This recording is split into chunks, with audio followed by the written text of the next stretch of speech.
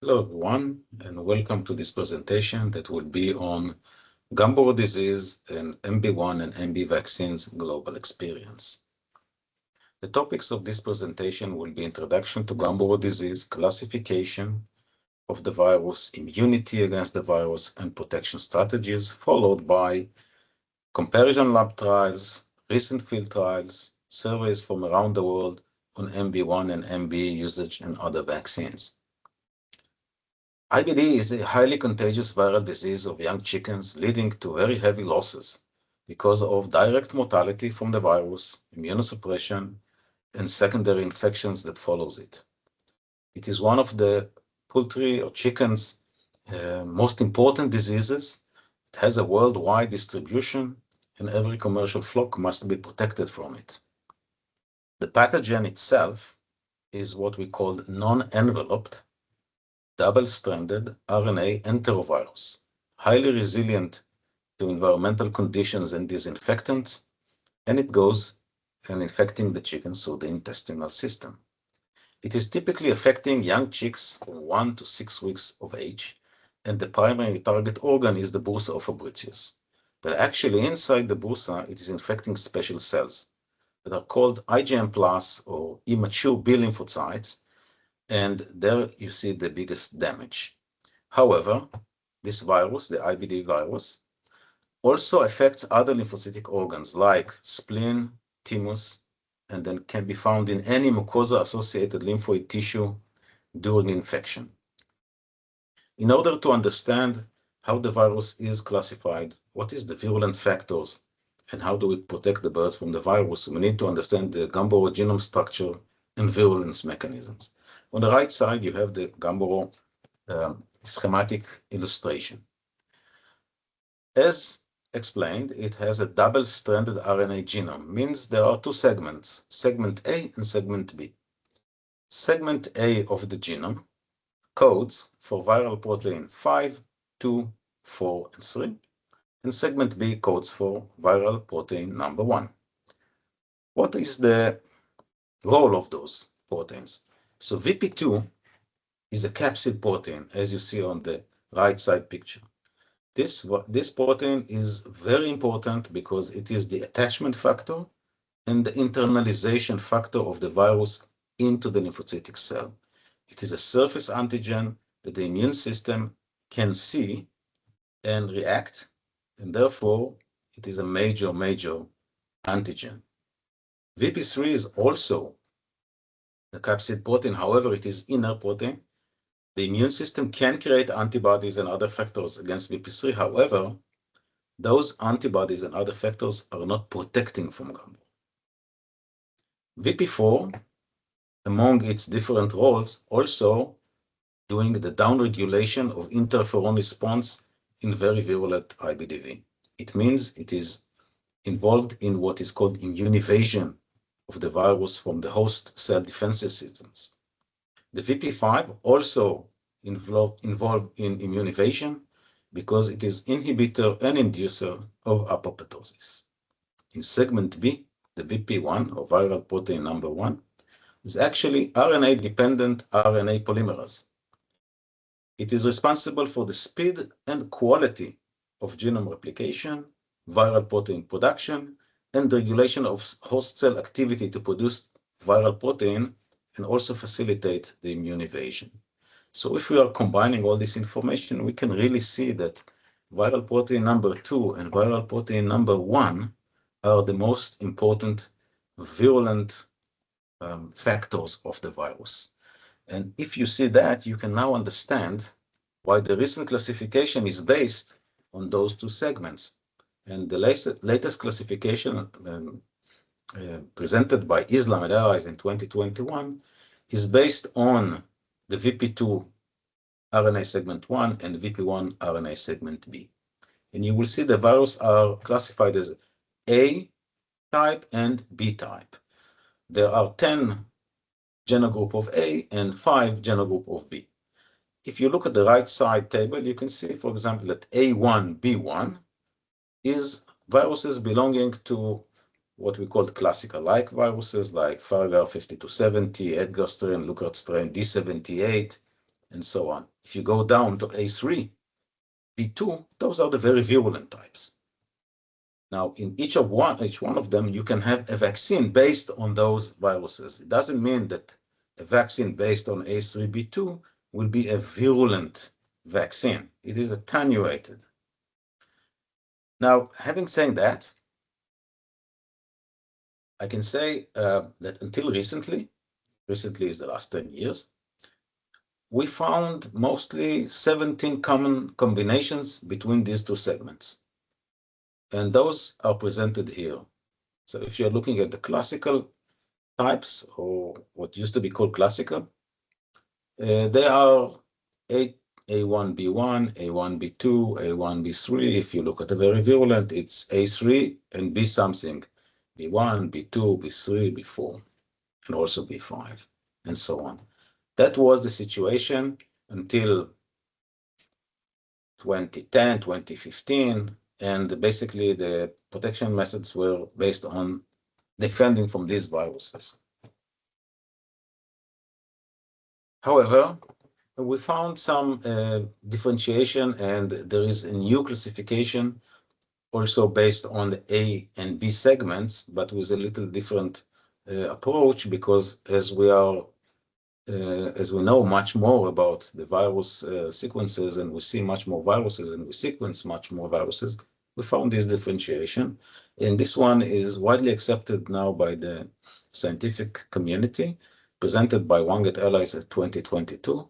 And you can see that it's basically almost the same, but the A2 antigenic variant has 4 subgroups, A2A, A2B, A2C, and A2D, and the B1 has B1A and B1B.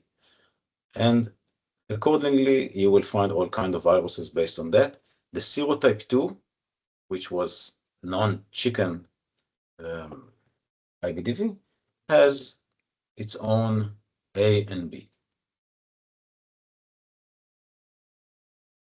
In the last 10 years, and even more than that, we see a lot of IBDV genetic changes. These genetic changes are based on point mutations, recombination, and reassortment. Gumboro virus has reassortment because it has 2 segments. So you have a combination of segments because 2 viruses are infecting the same lymphocytic cell. And here, as an example, this is IgM plus B cells that is infected by 2 genetic types of Gumboro. One is A3B2 and the other one is A2B1.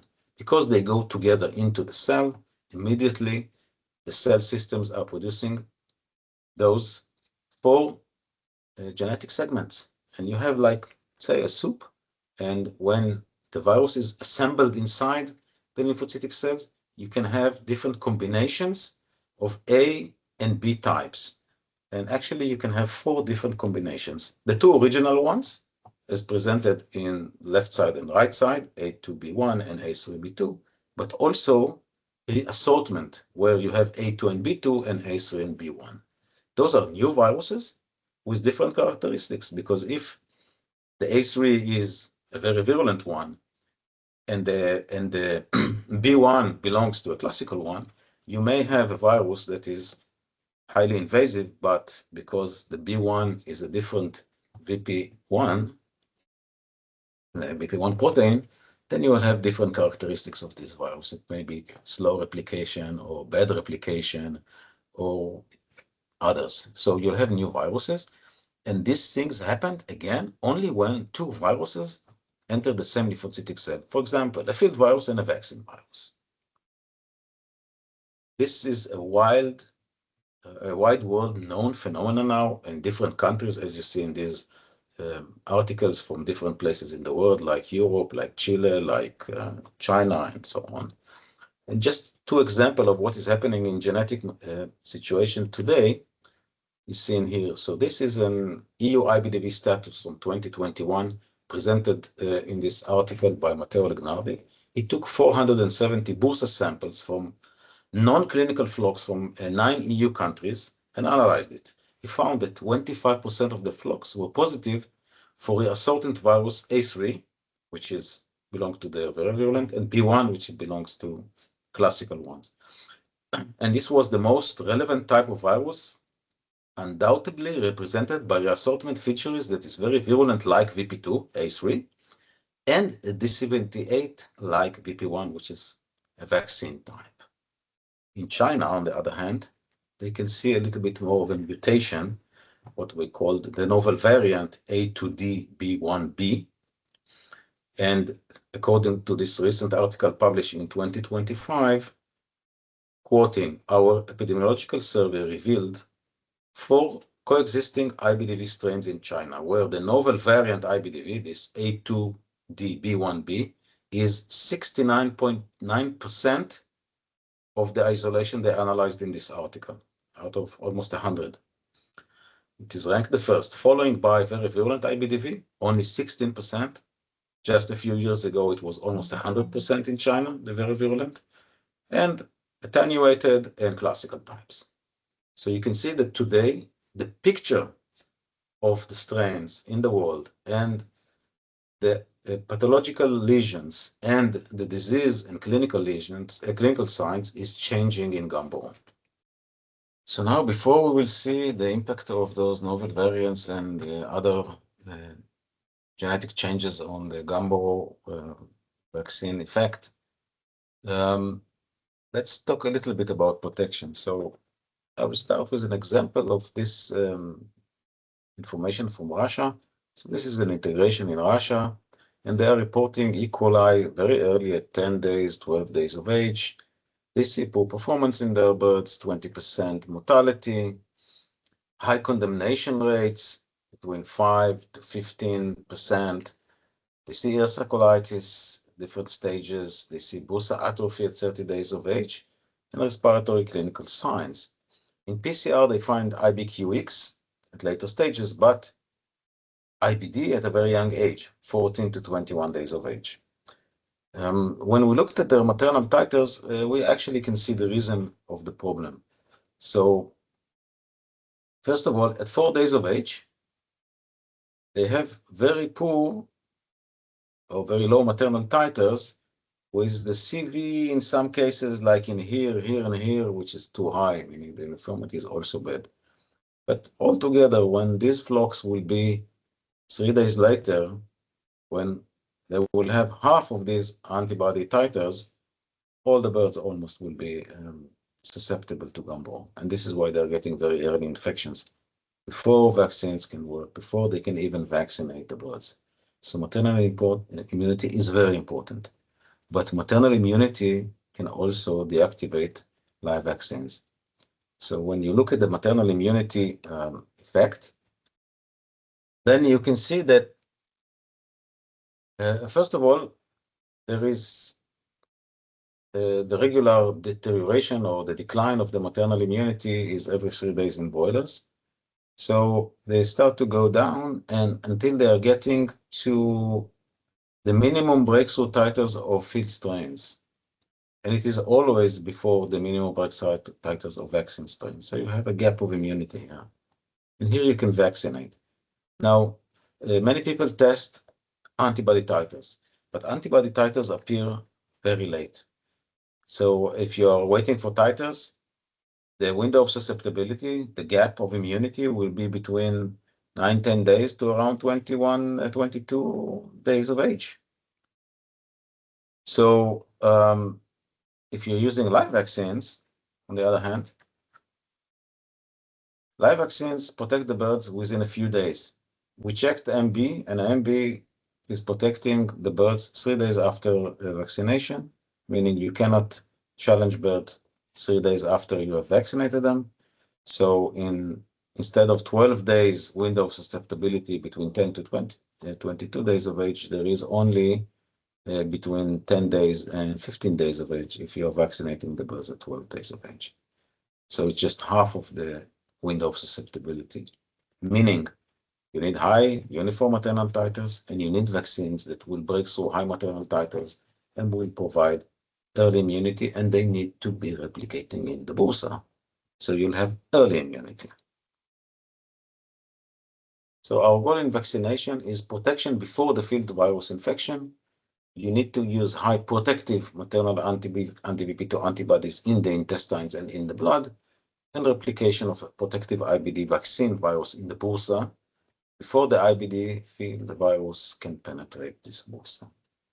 Timing is everything, and there is a very good need for really live vaccine to be used, live vaccine that is replicating in the bursa to be used in the vaccination program.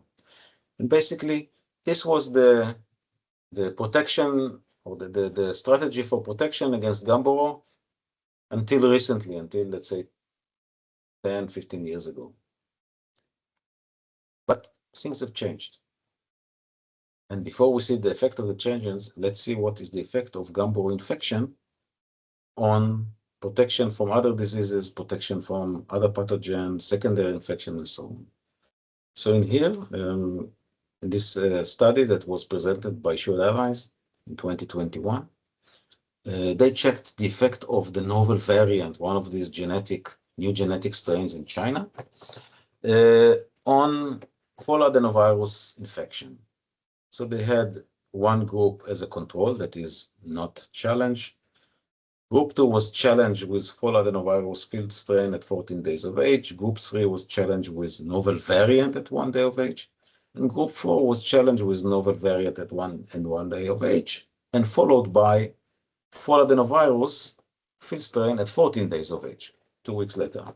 And these groups were followed for 14 days post-challenge. And I will show you 2 results. One is the clinical scoring, and you can very clearly see that the clinical scoring of birds that were first challenged with novel adenovirus and then with fall adenovirus, this group, this one, are much higher than all the other groups. And also that the birds in this group all died from the fall adenovirus infection. They didn't die from the Gumboro because it's a novel variant. It's not killing birds, but it has damaged the immunity so much that the bird could not protect itself from Gumboro. So they had 100% mortality comparing to the fall adenovirus regular, if I can say, infection, that's only 20%. Now, second thing I want to show you is the effect of novel IBDV variant on vaccine efficacy. So in here they had 3 groups.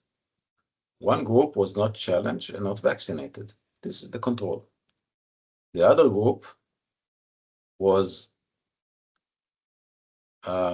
vaccinated at 14 days of age with fall adenovirus vaccine, and then challenged with fall adenovirus for field strain 21 days later, 3 weeks later. The third group was first inoculated with a novel variant at 10 days of age, vaccinated with fall adenovirus vaccine at 14 days of age, and then challenged with fall adenovirus field strains at 21 days of age. And here are the results, and I'm showing just the survivability. And you can see that the first 2 groups that had no novel variant IBDV strain had no mortality, nothing. One is not challenged, the other one is vaccinated and then challenged, so the vaccine worked. But the group that was first inoculated with the novel variant and then vaccinated with fall adenovirus vaccine had 20% mortality until 7 days post-infection. It means that the novel adenovirus was interfering with the immunity against fall adenovirus, immunity of the vaccine. And that means that you don't want to see this field strain in your flocks. They will not only open the door for other pathogens, they will also interfere with the vaccination and the vaccines that you are trying to apply in the flock. But that's not the whole story. There is an issue of what we call vaccine escaping strains, and I will show you one example. So in here, this is done in SPF birds. There were 5 groups. One group was not vaccinated, not challenged. The other group was not vaccinated and challenged. And the three other groups were vaccinated with different vaccine against Gumboro at 1 day of age. A vector based on Farragut 5270, immune complex based on Winterfield 2512, and inactivated VP2 subunit vaccine, all applied at 1 day of age. At 21 day of age,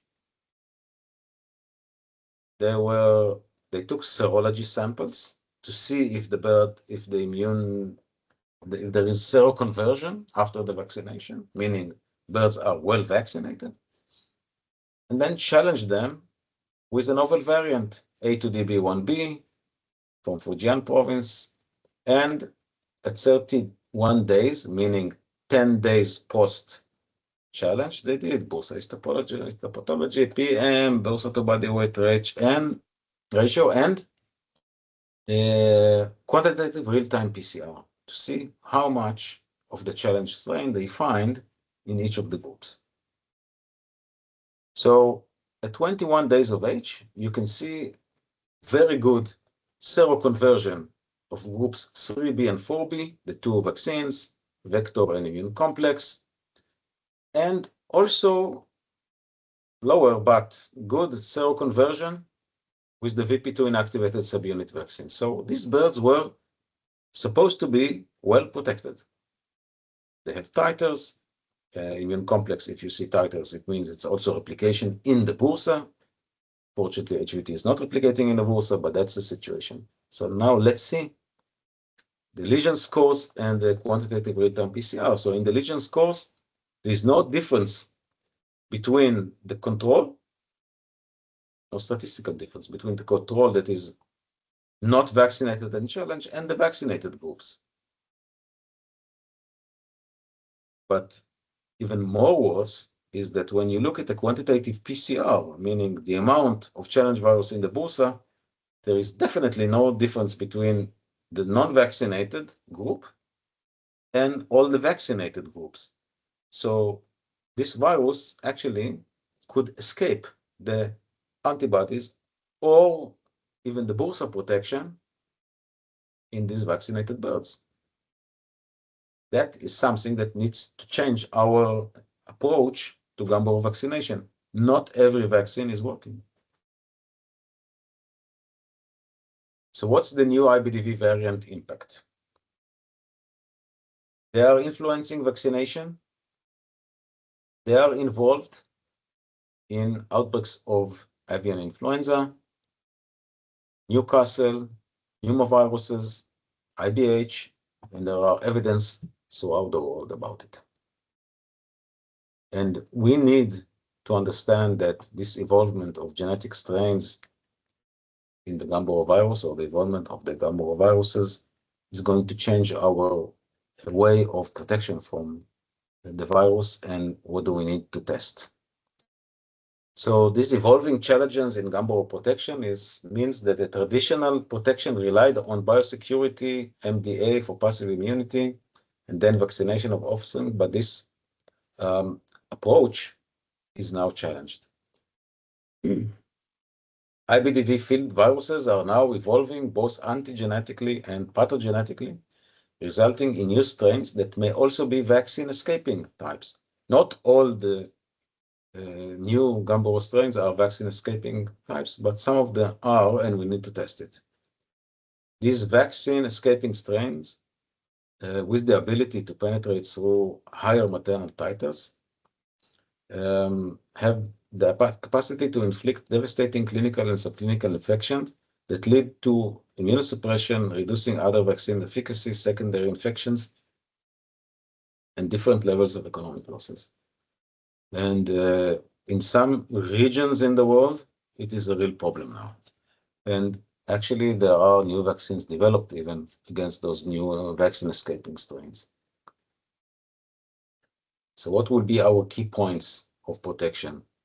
We need to do a lot of monitoring. We need to know what is in our fields. It's no longer not important to know exactly which strain do we have in the field. Now we need to know it.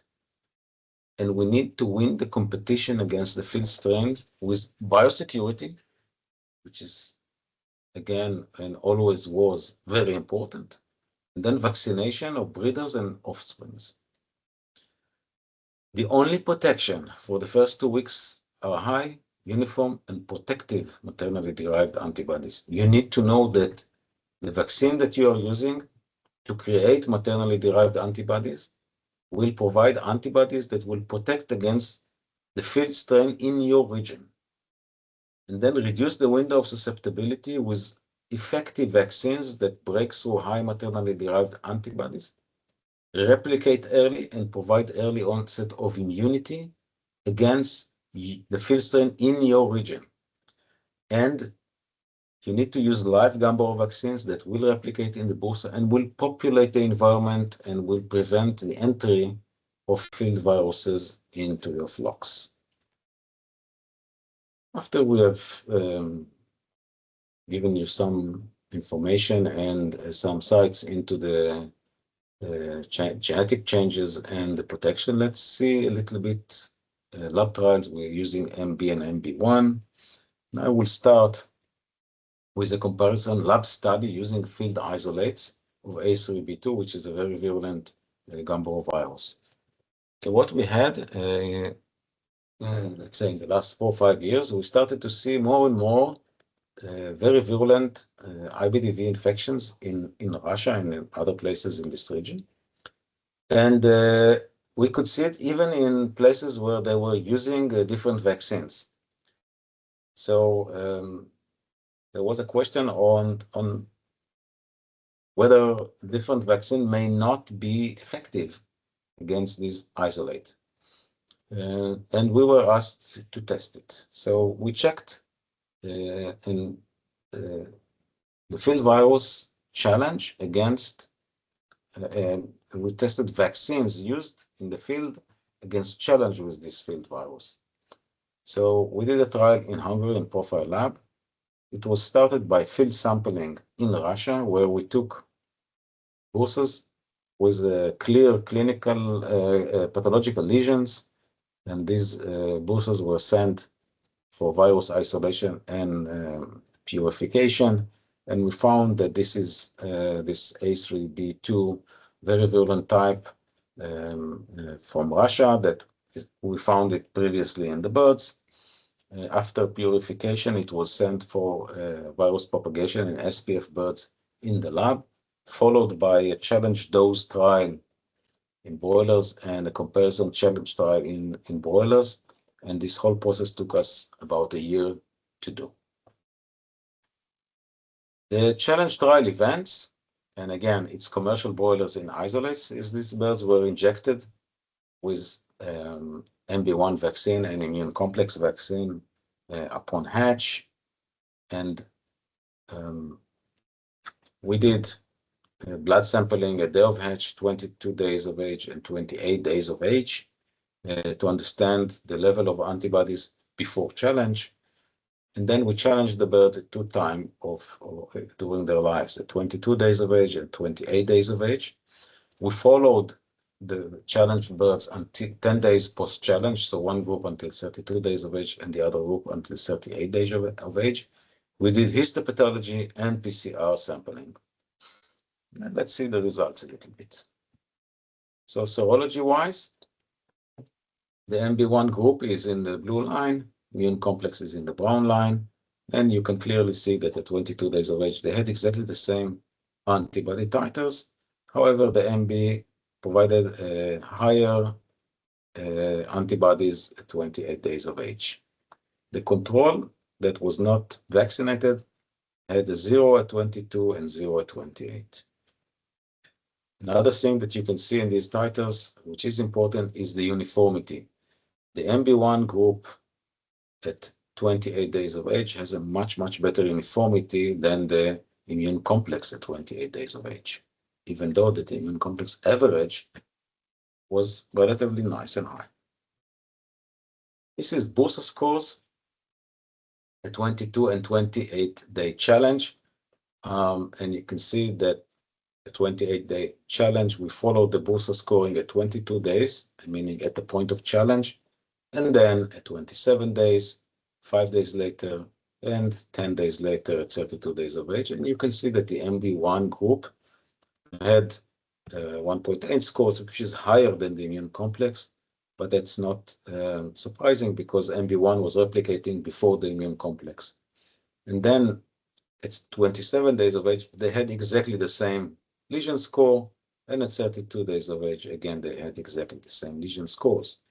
When we look at the 28-day challenge, you can see that they basically had 28 days of age, same scoring at the point of challenge, and then 5 days later, MB-1 1.2, immune complex 1.4. At 38 days of 10 days post-challenge, MB-1 group was completely recovering. Immune complex group had a little bit of scoring, which looks okay. But actually, the most important part is the challenge strain in the bursa, and that is done by PCR. We want to know how many birds have the challenge strain in their bursa, meaning they are less protected, and how many birds have nothing in the bursa, meaning protected. And when we looked and compared the MB-1 to the immune complex, you can see that at 22 and at 28 days of age challenge, MB-1 had 95% protection, meaning only 5% of the birds had the challenge strain in the bursa. At 28 days of age, 100% protection, no challenge strain in the bursa, comparing to 70 and 87% in the immune complex, meaning that the immune complex protected the birds less than the MB-1. And probably this is the reason why they see some of those infections in Russia. And actually, when they are moving to MB and MB-1, when they are challenged with this kind of field viruses, they don't see the infection. This is another lab trial from Thailand where they have checked the level of antibodies after MB-1 vaccination in birds with high and low maternally derived antibody titers. So they had 3 groups. It was done in Chula University by Professor George and his team. So group 1 had 25 chicks with average of 3,000. Group 2 had 25 chicks with an average of 8,500 IBD ELISA titer, meaning this is the high level and the first group is the low level. And then there is a mix of low and high, which was serving as control that was not vaccinated with MB-1. Let's see the results. So when the birds had low titers, maternally derived antibody titers, so at day 1 they had 3,000, at day 14 nothing, and at day 21 almost 2,000. Remember, these birds were vaccinated with MB-1 at 1 day of age. And then at 28 days of age, 4,000, and then they reached the peak at 35 days of age with 5,500, and all the way up to 42 days of age. The group that had high maternally derived antibodies in green, you can see they started with much higher titers, and in this group, the seroconversion actually started or was visible at 28 days of age, at 35 days of age 4,000, and then 5,642 days, where they reached the same like the birds with the low maternally derived antibody titers. The blue and green arrows indicating the possible time of replication of the virus in the bursa. So the birds with the lower titers, we are assuming that the beginning of replication happened around 11, 12 days of age, while the green or the high titers birds started to replicate the vaccine virus in the bursa at 17 or 18 days of age.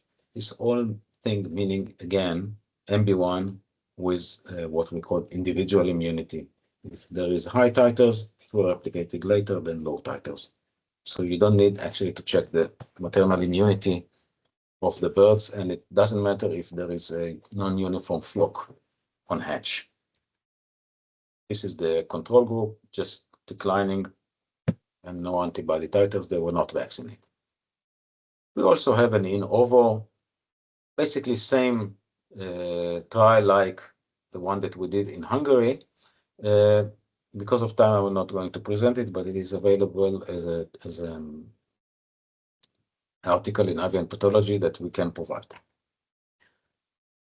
Field trials. So in field trials, there are all kinds of field trials. Usually, it's not as accurate as these lab trials, but you can understand a few things from them as well.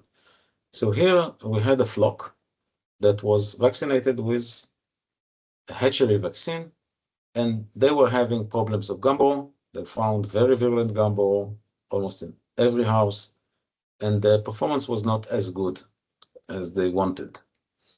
Based on our recommendations, they changed the vaccination to MB-1, subcutaneous injection in a hatchery, and then followed by MB in the drinking water.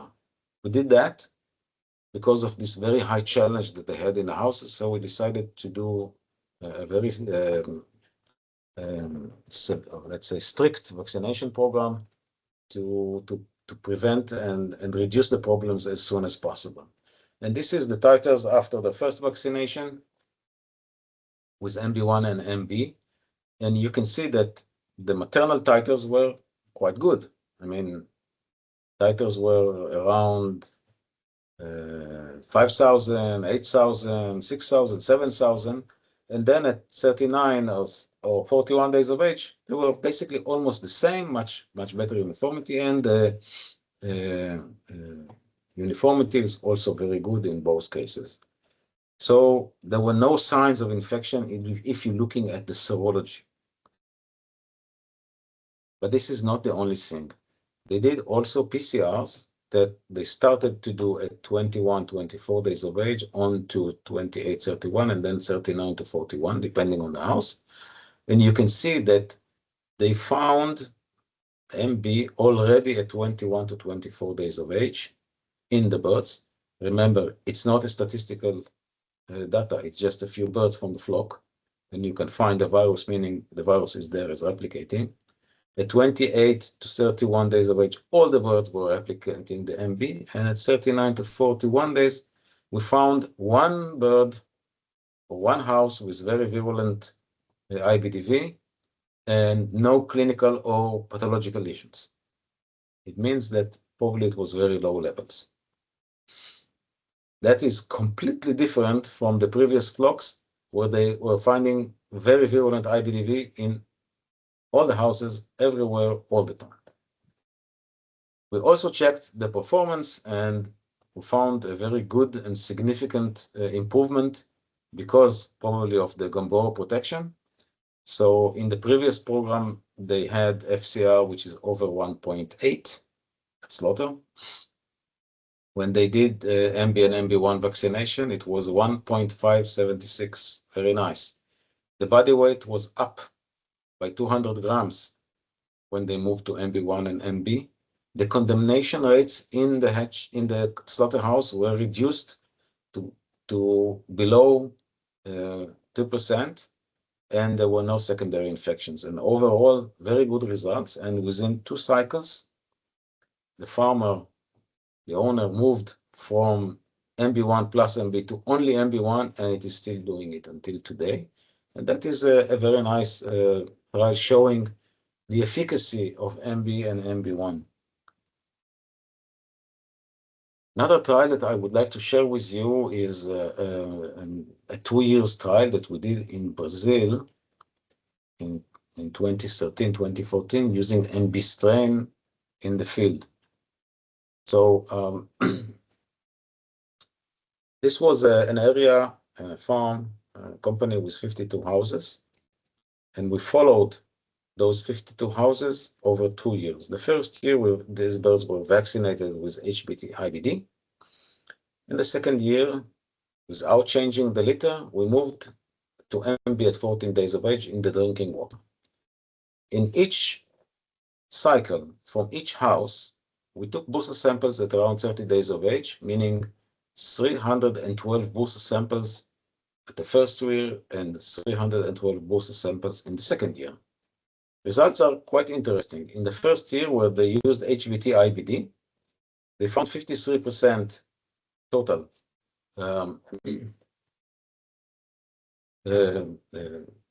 field strains. However, only field strain in the birds, we found 6% when they were using MB. Field strain with MB, we found another 5.5% in 2014. The antigen of RHVT-IBD was found in 7% of the birds. Negatives were almost 40% at the first year and only 3.84. And vaccine strain, MB strain, was found in 84% of the houses in 2014. Now, that is quite interesting and eye-opening, but I want to show you what has happened cycle after cycle to see the dynamics. So when we looked at those cycles on the first year when they were using HVT-IBD, these are the brown bars, you can see that every cycle they had more and more houses with the field strain. Started with 40%, after 6 cycles it was almost 70%. At that point, without changing the litter, when the houses and all the environment is full of field strain, the vaccination program was changed to MB. So on the first cycle, they had a major reduction in the number of field strain, but it was still 27%. You can see the green bars. But thereafter, we found those field strain in low counts, sometimes with the MB strain, and it was stabilized. So MB could take this terrible situation of very high levels of field strain and reduce it to normal within 1 cycle.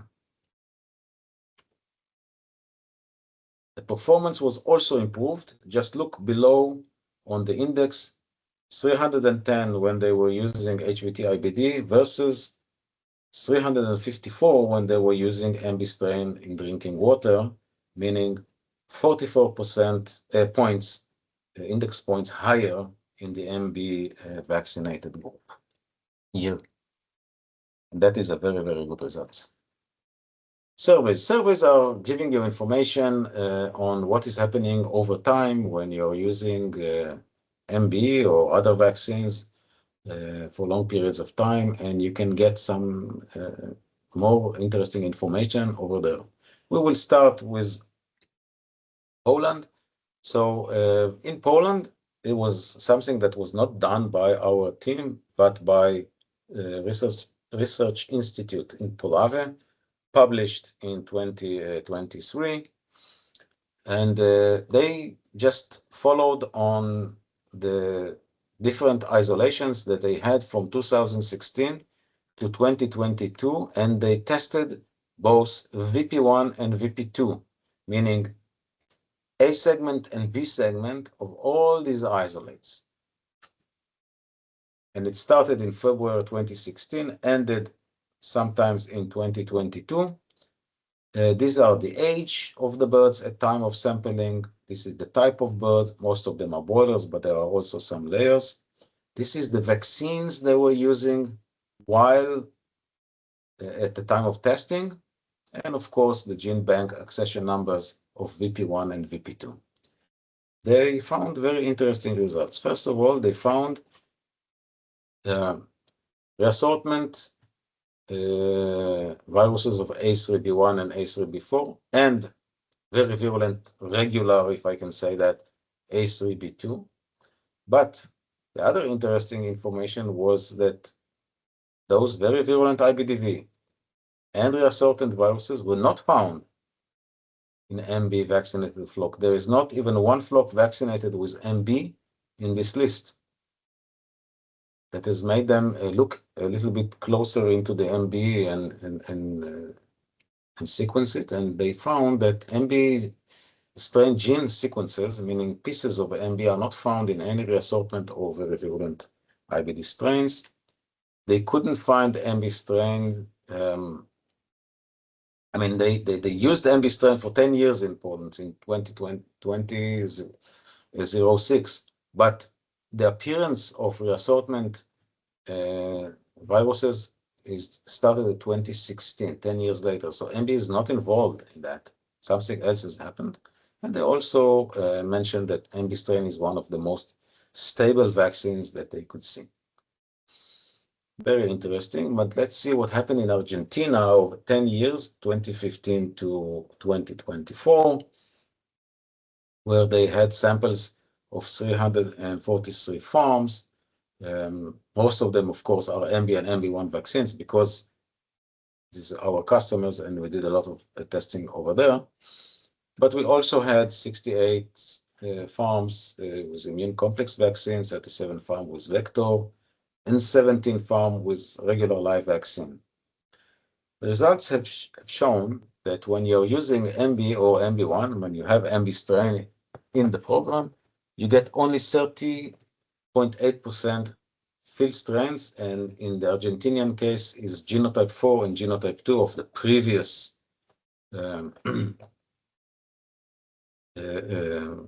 way of classification. The genotype 2, by the way, is this novel variant A2DB1B. But when you're using live vaccines, immune complex vaccines, or RHVT IBD vaccines, vectors, you get 50%, 40%, 46%, meaning when you are using and when you have MB strain in your program, you get much, much less field strains. It's much, much better protection.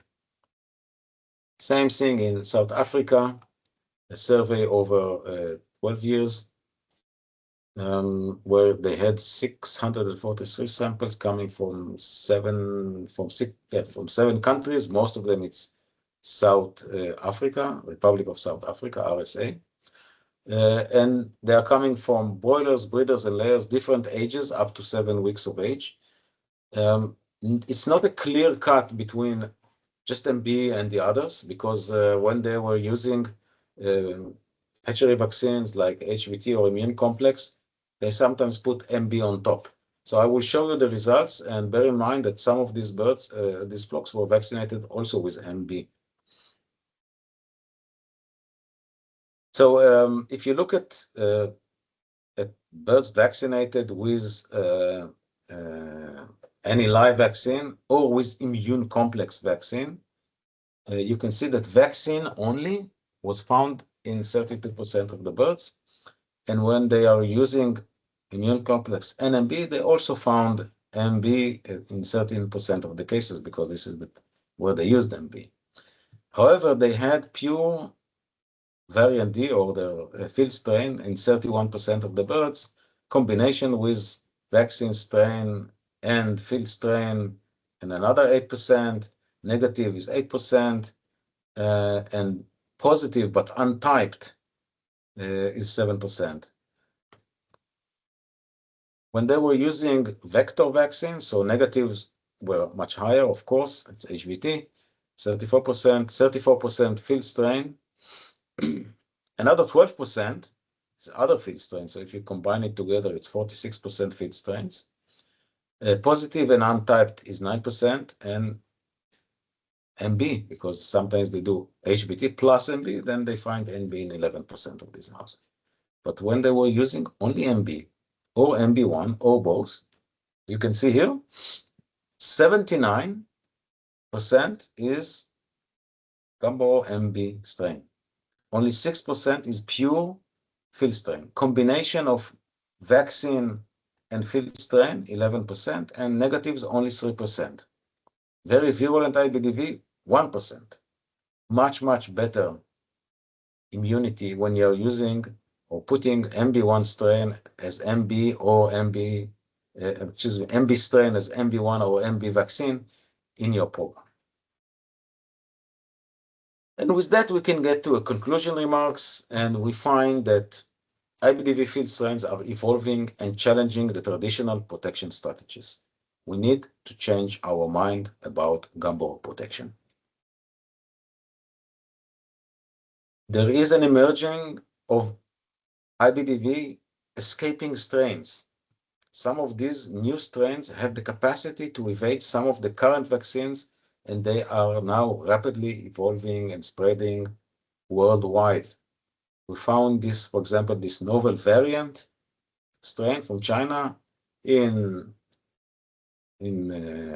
Argentina and in North Africa and in Israel and in China, of course, and Southeast Asia. The increased replication of the field viruses in the bursa of poorly protected birds is considered the main reason for high rate of genetic changes. So today, on top of protection from losses, we don't want to see losses from Gumboro, but we also need to make sure it is reducing IBDV field cell replication. This is of high importance because if you are allowing field viruses to replicate in large numbers, you will have more mutation and more problems, and you have more reassortment because they are doing it with the vaccines. We need to improve our diagnostics and understand what is happening exactly in the farm. What is the genetic diversity of the field viruses?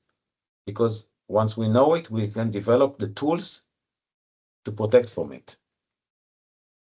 We need to make sure that every time that we are testing Gumboro, we are not just looking at the VP2, but also the VP1. We need to know the A and B segments.